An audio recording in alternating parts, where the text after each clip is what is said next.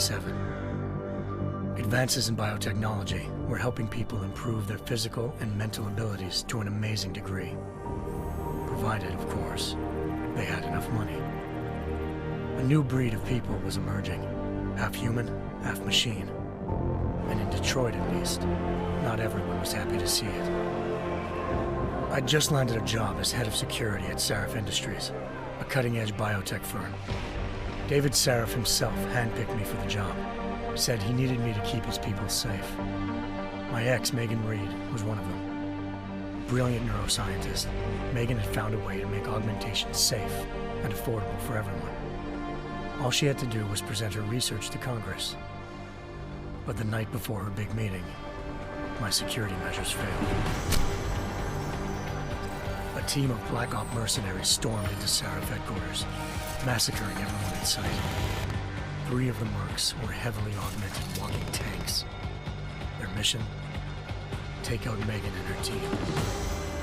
I tried to stop them, but their leader tossed me through a plate glass wall. Last thing I heard as his bullets slammed into my brain was Megan's dying scream. I should have died with her. Only I didn't. High-end military-grade enhancements saved my life. The best augmentation Sarif's money could buy. It took me half a year to get a feel for her. Should have taken longer. But 6 months into my recovery, Sarif Industries was attacked again. This time, by a radical group of pro-human purists. Violent, militant, and fanatically opposed to human augmentation. They claimed to be members of Humanity Front, a non-profit organization that wanted the UN to limit biotechnology research. The thugs broke into Sarif's factory and found machinists working overtime on a top-secret military augment called the Typhoon. Sarif sent me to retrieve it, and when I did, I found one of the so-called purists next to it, wired with cerebral implants, trying to download its classified specs. Obviously, something more was going on. The Aug killed himself before I could question him. Sarif ordered me to dig deeper, so with the help of Frank Pritchard, Sarif's head of cybersecurity, I did.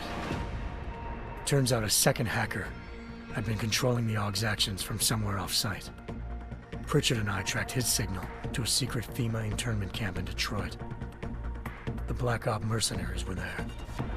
The same mercs who'd left me for dead 6 months before. Figured they'd try again when they saw me.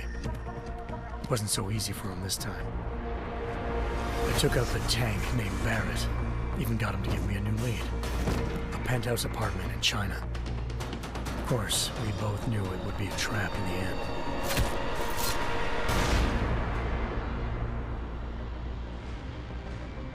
Hengsha Island, China. Home to a city so crowded, they had to build a second city on top of it. Trying to find clues in Hengsha wouldn't be easy. Lucky for me, I wasn't alone.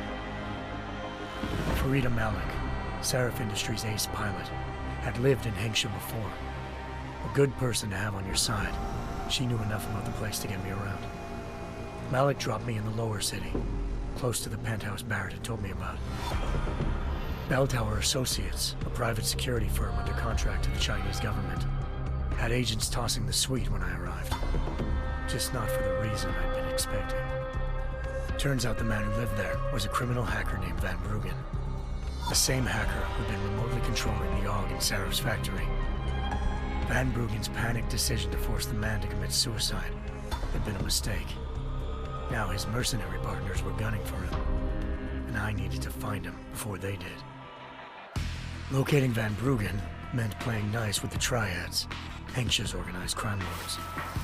They had the hacker holed up inside a low-rent capsule hotel. By the time I found him, Van Bruggen had no qualms giving up the woman who hired him. Zhao Yunru, president of the Taiyang Medical Corporation. According to Van Bruggen, Zhao wanted to monopolize the augmentation industry and had hired Black Op mercenaries to destabilize her competition.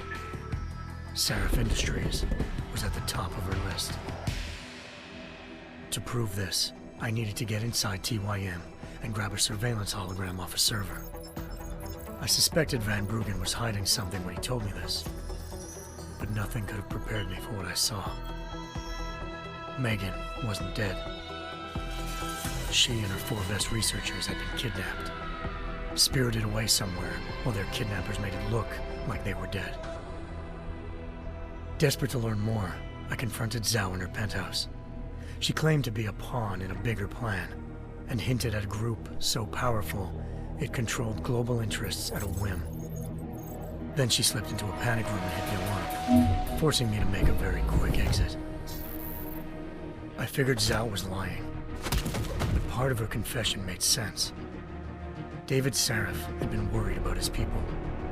So worried, he'd required all of them to have subdermal locator devices surgically implanted. The GPLs would have been broadcasting the day of the attack. But Zhao said a single call to Picus, the world's leader in global 24-hour satellite news, had turned those signals off. I needed to fly to Picus headquarters in Montreal if I wanted to learn more.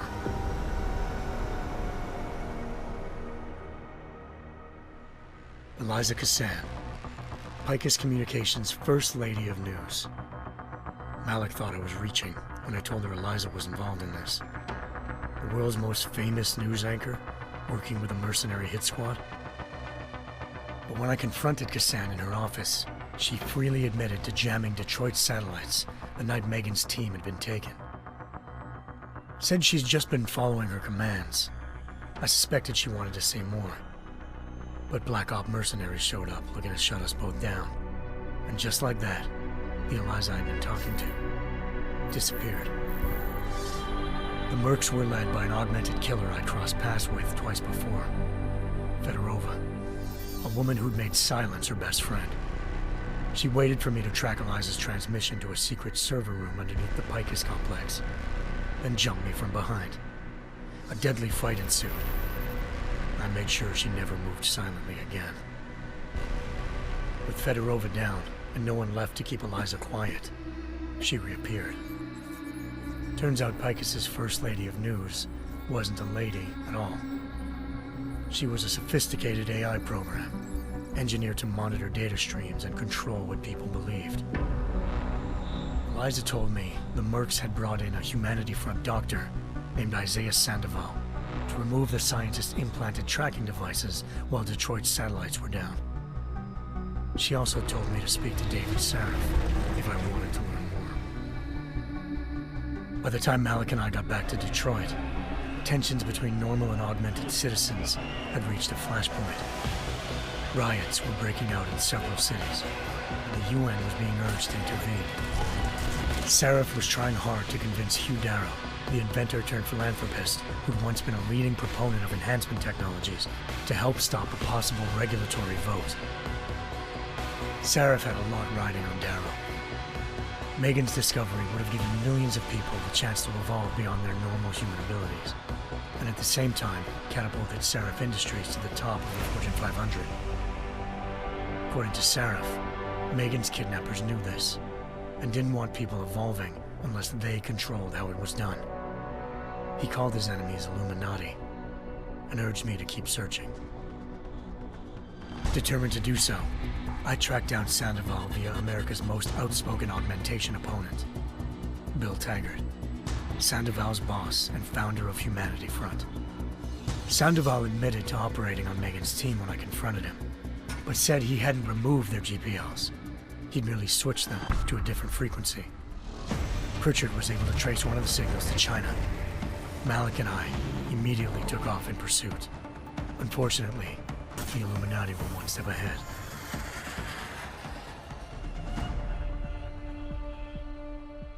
Ambushed.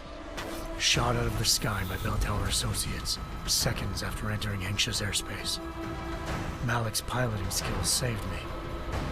After a tense and bitter struggle, I escaped into Lower Hengsha. The tracking signal I was following led straight to the Triads, or more specifically, to the augmented arm of Tong Si-hung, leader of a gang of augmentation harvesters. Tong said they'd taken the arm off a corpse, which Bell Tower had left at their door, meaning at least one of Sarif's scientists was dead. Maybe not the rest of them, though. Tong pointed me to a port used for human trafficking and helped me slip aboard a bell tower ship. He was sailing to Rifleman Bank Station, a military base in the South China Sea. Bell Tower was holding kidnapped civilians as prisoners there, and using them to perfect the Hyron Project, a human-computer interface that left most of its test subjects dead. My search for Megan would have ended then, if not for a mysterious ally named Quinn. In exchange for my help exposing Bell Tower, he slipped me aboard a second ship headed to Singapore, and an Illuminati-run biotech facility called Omega Ranch. 3 of Seraph's scientists were there, forced by their captors to create a technology capable of remotely shutting down augmented abilities. Thanks to an emergency recall notice issued by the World Health Organization, millions of people all over the world already had the biochip installed. With the help of the scientists, I tracked Megan to a private section of the ranch. There, I ran into Yaron Namir, the walking tank who'd put a bullet in my brain the first time we met. He'd teamed up with Zhao and was hoping to catch me off guard. Their little ambush didn't work. I found Megan in a suite belonging to Hugh Darrow, the billionaire philanthropist who'd Seraph had called on for help. Darrow had convinced her to go along with the biochip plan by promising to sabotage the tech. As she was explaining this, Darrow appeared in a global broadcast, telling the world that augmentations would be the death of mankind. Then he activated the biochips to prove his point. All over the world, augmented people flew into a killing frenzy. Darrow had betrayed everyone, and it was up to me to set things right. To do it, I had to reach Panchaea, a massive installation in the Arctic Ocean.